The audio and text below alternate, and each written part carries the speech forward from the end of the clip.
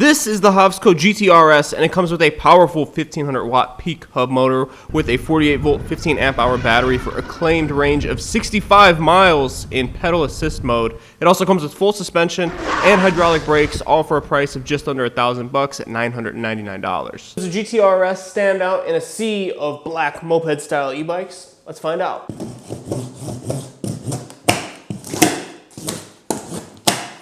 Here is our GTRS. Our front wheel here, we have Chow Yang fat tires with a knobby tread. We have 180 millimeter discs for our brakes here. A nice one-piece design on the wheels so you don't have to worry about spokes breaking. Tires come pre-inflated. We gotta put our seat on ourselves, but it is this cool Lamborghini seat that I've seen on a few e-bikes before. And they also give us this rear rack with our tail light on it that we have to install on here because it looks like our seat is actually attached to this. And they also include a 3 amp charger for a little bit faster charging. We got to put our own kickstand on. They give us a 48 volt HOVSCO branded battery with 15.6 amp hours of capacity, which comes off with the key that's included. That's 720 watt hours for those of you that live in Wisconsin. They also include a pretty standard e-bike headlight slash horn. And without the battery, this isn't a super heavy bike. Up front here, we have our Core Ride hydraulic brakes. Same thing in the rear, and then back here we have the same one-piece wheels with our 48 volt, 750 watt, 1500 watt peak hub motor. And we've got our rear grab handle here and then our nice comfortable seat. Also have 7 Shimano gears back here and then a Shimano derailleur along with a 48 tooth sprocket right here in the front. We'll fire the bike up with the power button right here.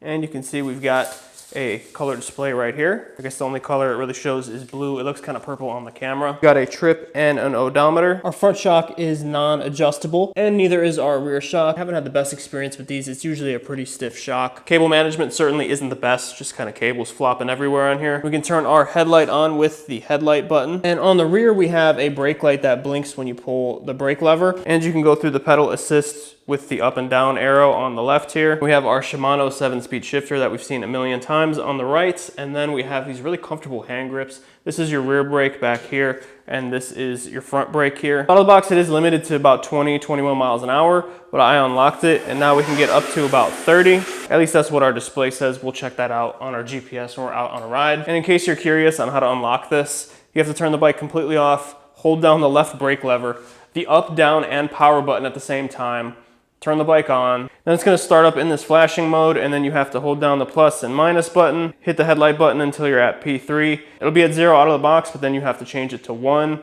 And then once you're done with that, you can just restart the bike if you want. One thing to note is when it's on this flashing mode, you can see more information. So you got your trip, your odometer, but then you can also see your voltage, how many amps, and then I'm not sure what these two do. All right, this is how I look standing next to the GTRS. And getting on the bike and sitting on it, you guys can see I'm in a pretty comfortable riding position. The handlebars are kind of swept back a little bit and they are risen up, but they're actually still a little bit low, so you might be a little bit hunched over on this thing. This seat is very comfortable. I saw it on another bike recently, and then you can see our pedal stroke here at 5'9", 150 pounds.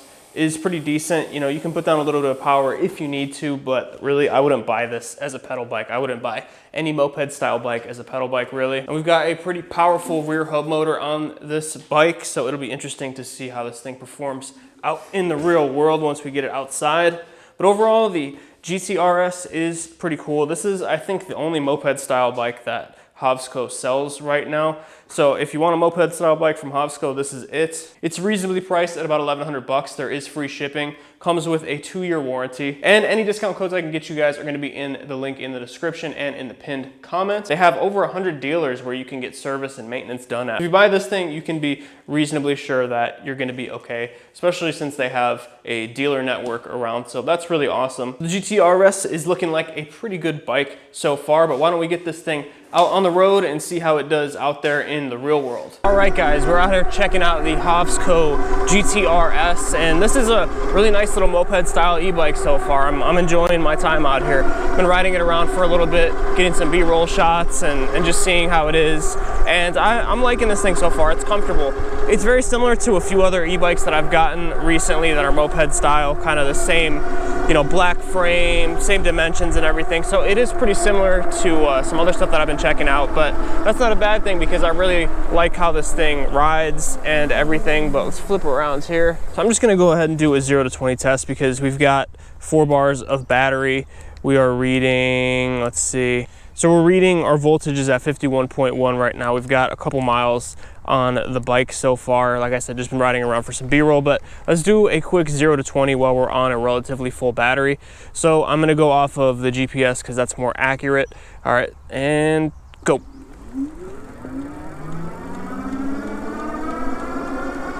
"13, 15, 17, 18, 20.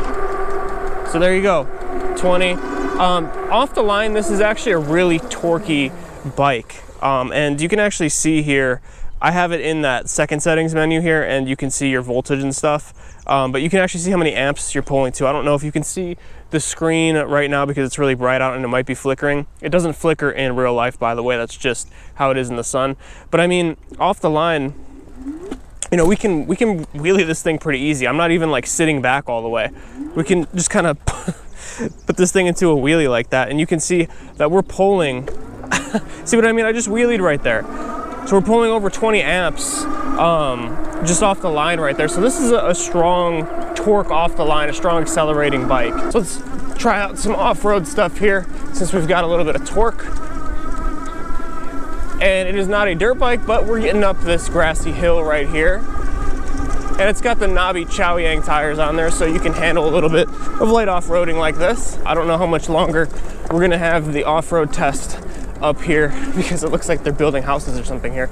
But let's go ahead and flip around because I really don't want to get a flat tire on all this rocks and who knows what else, nails and other stuff that is out here. So I mean, it's not the softest suspension on here, obviously front and rear. And that rear shock, like I was telling you guys earlier, is not the softest, which is unfortunate, but you know, you can always replace this with a D&M air shock, and just my experience with that shock isn't the best. The HLT 1000 shocks, or 100, whatever it is, it's basically a 1,000-pound shock, so you need a lot of weight to really even get any shock absorption out of that thing. These brakes on here are Core Ride brakes, and they're actually pretty good. I had never heard of this brand of brakes before, but I had a couple bikes recently with them on there, and they're really, really good. They're very firm. Yeah, over that bump, you could hear that front shock absorb that, but the rear shock didn't absorb it too much, but it was definitely better than a hardtail. Pulling over here, we can do a little bit of an off-road hill test.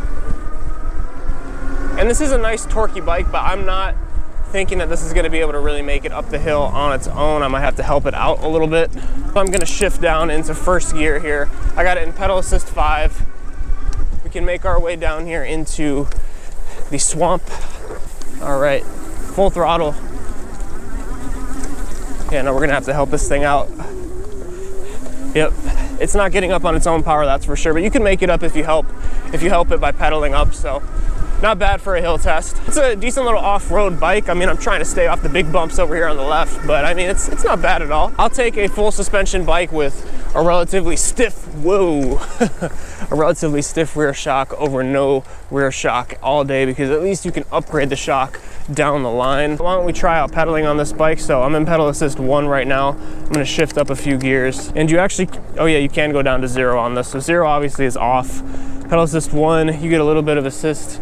So it's not too bad, you know, I mean, you could pedal along like this. You can just ride around like this at 8 miles an hour and you're getting along just fine. Nobody's gonna suspect a thing. This is 2, I'm getting a little bit of resistance here. I can kind of get in some work. Maybe I'll shift down to 6th gear. You know, you can pedal this thing a little bit.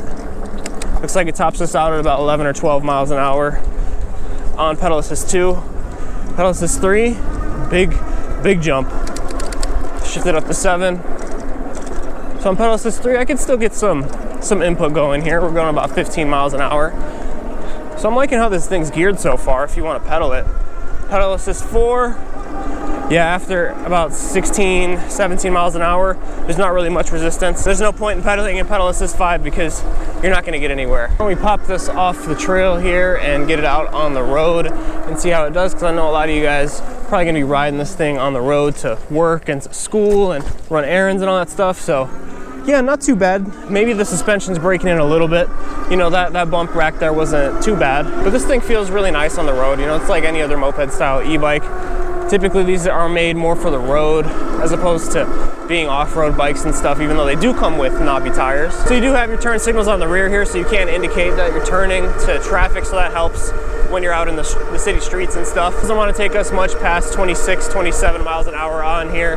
Looks like the speedometer on the bike's pretty accurate. It's saying 27 on the screen. If you're looking to buy this thing to get around in the city and stuff, this is a really nice feeling bike for that. And to be honest, that's where I think this bike is most at home, is on city streets like this. The riding position on here is a little bit more upright. You know, you've got a little bit of rise to these handlebars, so I'm sitting almost straight up on this thing, and it's a comfortable riding position.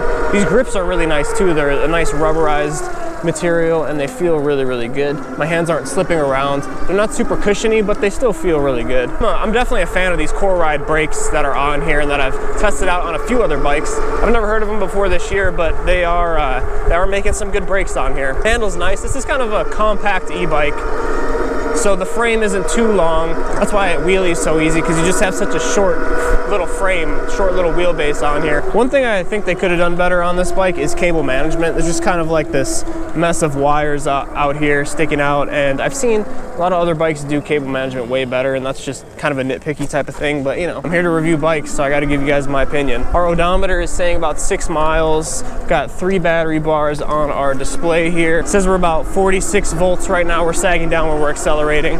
This would be a really good bike just to have as transportation, man. I can see you taking this thing around the city, taking it around your neighborhood, going to the store with it. Like, you can lock the battery, you can take the battery with you. So this would be a really good bike as just like a daily driver. I'm really enjoying riding this thing out on the trail on this beautiful day. And of course, if you want to buy this thing to have fun on it too, you can. These e-bikes are just so fun. Cruising along here at 26 miles an hour, not giving up. The motor's smooth.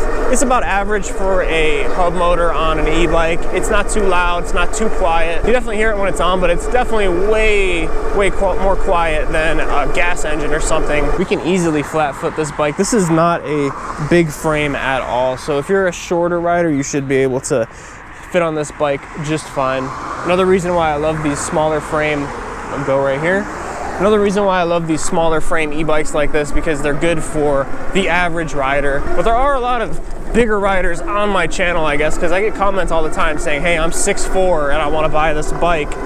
Is it going to be good for me? And I'm like, I don't know about that one, man. You're pretty tall. 5'9", so I'm pretty average height, and I fit on this thing just fine. It's really comfortable for me, actually. I love how this thing feels. Now, as you see this lady walking in the middle of the road here, there is no horn on this bike or even a bell, so you can't really alert people when you pass them. So our battery on here is 15.6 amp hours, which is about middle of the road, I'd say, for range and everything. You know, you see a lot of bikes nowadays that are dual battery, or they have 20, 25 amp hour batteries. You're not going to be going too long in between charges. You know, maybe you have to charge it up at the end of the day if you're commuting. At 15.6 amp hours is a good compromise between range and lightness and size and everything.